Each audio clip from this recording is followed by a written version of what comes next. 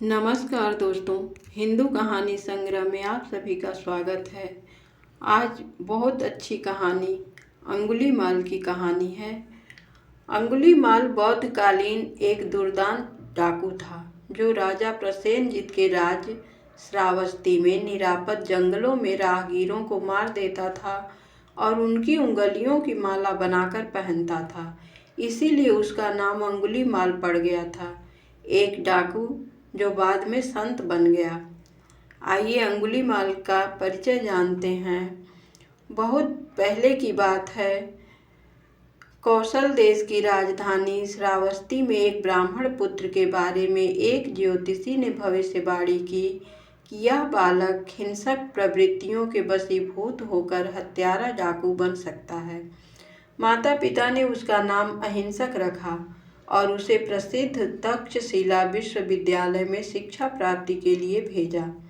अहिंसक बड़ा मेधावी छात्र था और आचार्य का परम प्रिय भी था। सफलता ईर्ष्या का जन्म देती है। कुछ ईर्ष्यालु सहपाठियों ने आचार्य को अहिंसक के बारे में झूठी बातें बताकर उन्हें अहिंसक के विरुद्ध कर दिया।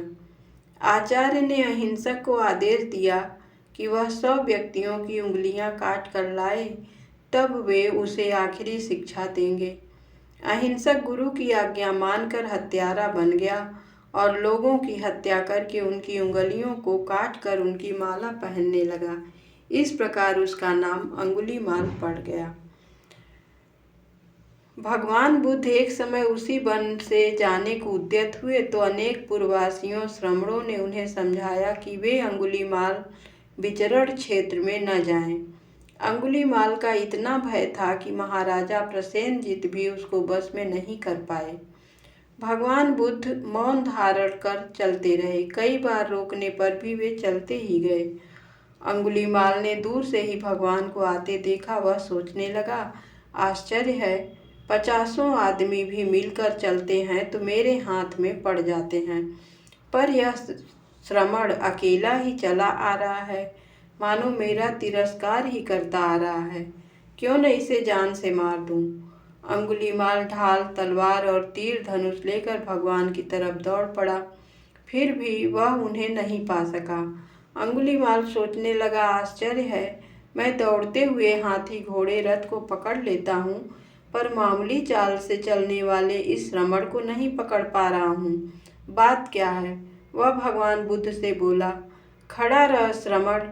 इस पर भगवान बोले, मैं स्थित हूँ अंगुलीमाल, तू भी स्थित हो जा।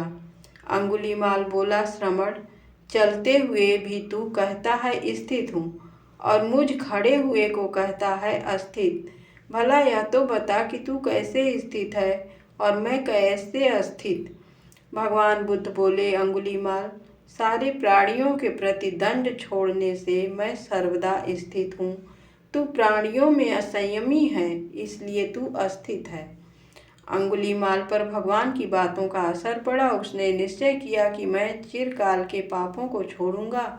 उसने अपनी तलवार व हथियार खोह, प्रणात और नाले में फेंक दिए। भगवान के चरणों की वंदना की और उनसे प्रवज्ञा मांगी।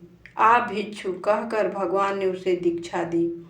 अंगुलीमाल पात्र चीवर ले श्रावस्ती में भिक्षा के लिए निकला।